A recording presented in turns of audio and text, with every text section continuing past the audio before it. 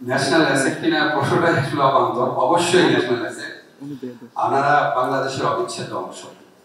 আমি প্রথমে একটা কথা বলি, আমি শুধু জুলাই গণঅভ্যুত্থান পারি না, আমি খুবই সচেতন আছি, আমরা সবাই সচেতন আছি।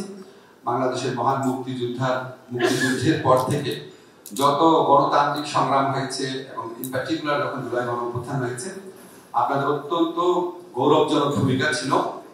এটা ছাড়াও অন্যান্য সময় বাংলাদেশের অর্থনৈতিক বিনির্মাণের ভূমিকা ছিল।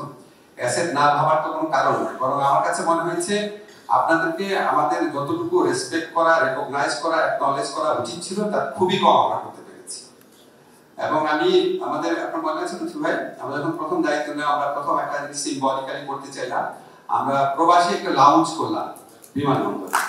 তারপরে আমরা আরেকটা লাউঞ্জ করেছি হচ্ছে যারা আপনার রাতে যারা এসে মানে বাংলাদেশের একমাত্র স্মার্ট সিটি বসুন্ধরা এখন আরো নিরাপদ, আধুনিকতায় আরো এক ধাপ এগিয়ে। দূরে থেকে আসেন, রাত কাটাতে পারেন, এরকম একটা লাউঞ্জ করেছি। ওইখানে আমরা যারা হেল্পিং হ্যান্ড রেখেছি কিছু, ওখানে যারা আপনার বিশেষ করে মিডল ইস্টে, আমি আপনাদেরকে ফ্র্যাঙ্কলি একটু বলি, আমাদের মূল পারপাসে ছিল যারা মিডল ইস্টে, মালয়েশিয়াতে যায়, ওনাদের অনেক বেশি অসুবিধা। তো ওনাদের অসুবিধাগুলো দূর করার জন্য এয়ারপোর্টে সবসময় সাহায্যকারী যারা আছে আমাদের প্রবাসী কল্যাণ মন্ত্রণালয় থেকে সবসময় আমরা সাহায্য করেছি। আমরা যখন প্রবাসী লাউঞ্জটা করেছি, আপনারা দেখবেন এই লাউঞ্জটা এত সুন্দর হয়েছিল যে প্রথম কয়েকদিন আমি ওখানে গিয়ে খুব হতাশ হতাম, বিদেশিরা বসে আছে, আমাদের মধ্যপ্রাচ্যগামী যারা শ্রমিক আছে ওরা বসতেই ইজি ফিল করছেন না। তো সেটা বিদেশিদের তাড়ানোর জন্য এবং আমাদের প্রবাসী ভাই বোনদের ওখানে ঢোকানোর জন্য অনেকগুলো মেকানিজম করা হয়েছে, এখন ওনারা বসছেন ওখানে। আমি ঘটনাটা কেন বললাম, একটা সিম্বলিক ব্যাপার ছিল। একসাথে ইনভলভ ছিল আমাদের ডক্টর মোহাম্মদ ইউনূস স্যার, উনি ইনভলভ ছিলেন।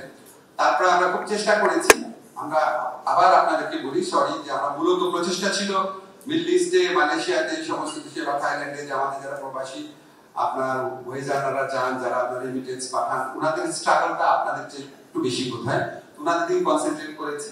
আমরা আরো কিছু ব্যবস্থা নিয়েছি, কিন্তু আবার আপনাদের জন্য ধরেন এটা সবসময় ফিল করতাম, বাইরে থেকে যে কেউ ফোন করতো, আপনাদের পাওয়ার অফ অ্যাটর্নি করা সমস্যা হতো না, সমস্যাটা তো হয়েছে। এখন জাস্ট সিম্পল একটা লিগ্যাল চেঞ্জ করতে হয়েছে। এখন আপনার পুরানা যদি পাসপোর্ট থাকে, পুরানা ডকুমেন্টের ভিত্তিতেও করতে পারছেন। তারপর আমরা যে আপনার ওয়েজার বন্ডের একটা কেনার যে সীমা রেখা ছিল সেটা আপনার তুলে ফেলেছি।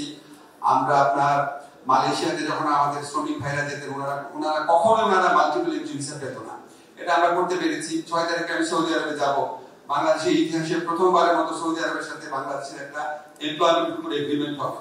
আমি কথাগুলো বললাম, আমি কিন্তু মানে আমার একটা